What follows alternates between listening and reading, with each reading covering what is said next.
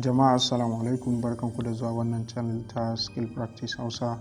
A wannan bidiyo zan nuna yadda mutum zai canza asset password a wannan application nashi na Satoshi.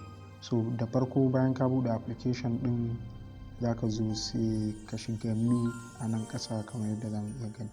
Idan ka shiga me a nan wurin sai ka zo ka shiga personal settings. Idan ka shiga personal settings a nan zai baka wannan option ɗin kamar yadda zamu iya gani. So a nan wurin sai ka shiga asset password. So a nan wurin yanzu asset password ɗin nan mun riga mun creating sai nuno mana old asset password saboda mun riga mun creating wani.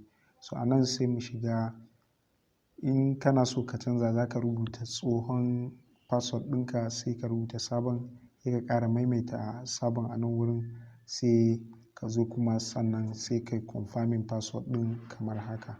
Da yawa wanda suke zuwa za su yi canza asset password suna kasancewa mantawa suka yi, suke so su canza wani. Sai kai amfani da wannan option ɗin na nan ƙasa sai ka shiga forget asset password. A nan wurin yanzu za ka tabbatar da cewa kana so ka yi resetting ne a nan.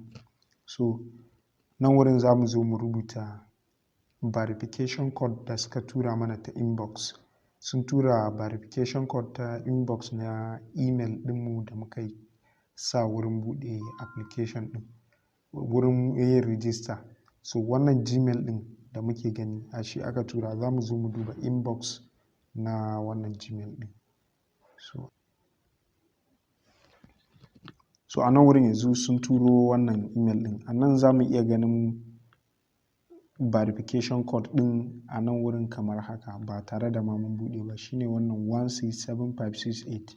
Za kuma mu iya ƙara buɗe shi don mu tabbatar ko kuma mu copy wannan verification code ɗin ta ciki. Idan ka zo ka kai long press kamar haka sai ka copy. A nan da ka dawo sai ka sanya wannan verification code ɗin a nan. Ka zo ka sai ka yi paste kamar haka. Bayan ka yi paste sai ka shiga confirm.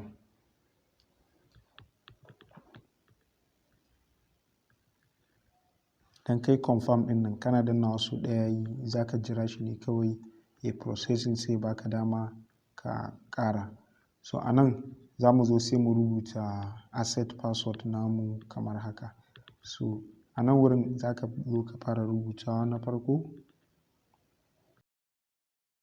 Na'am. So a nan wurin yanzu mun zo mun rubuta wannan lambobin guda 6 na confirming wannan asset password ɗin. A nan wurin shine sabon asset password da ka rubuta wanda ba za ka ƙara mantawa ba.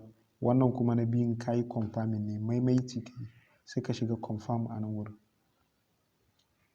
Idan ya kasance ka rubuta da saɓani a tsakaninsu ba zai yiwu ya nuno ma wannan asset password reset successfully ba. Bayan ya nuno ma asset password reset successfully shine yayi daidai sai ka kulle kamar haka. So a nan wurin yanzu shikenan mun canza wannan asset password a nan wurin sai mu kulle application ɗin kamar haka.